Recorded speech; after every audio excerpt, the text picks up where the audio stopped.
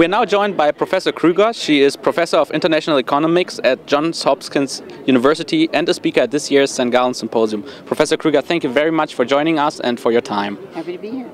Your session was entitled European Sovereign Debt Crisis, What We Can Learn from South America. In a nutshell, what can European leaders learn from South American leaders? Well, the most important thing is that when there is a problem and you're not going to be able to solve it by maintaining your current debt level, moving quickly, getting your fiscal house in order so that going forward you'll be okay, and doing debt restructuring fast is much less costly than letting things drag out. In your former functions as First Deputy and Acting Managing Director of the International Monetary Fund, you served in one of the most powerful economic institutions of the world. In the context of the recent global economic crisis, do you still think the IMF is capable of tackling global funding problems? Well, the IMF is capable of doing what it can do with the resources it's given by its member countries. And those resources are finite. So far, of course, people have contributed more.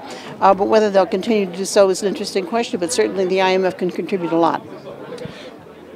What major risks do you identify that could prevent a global economic recovery?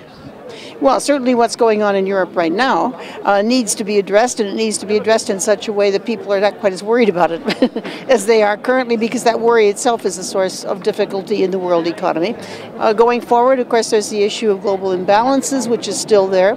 And on top of that, of course, there are, for all of us in the industrial countries plus China, a big issue of fiscal balances going forward, because we're going to have aging populations and we need more resources fiscally for health and old age pensions.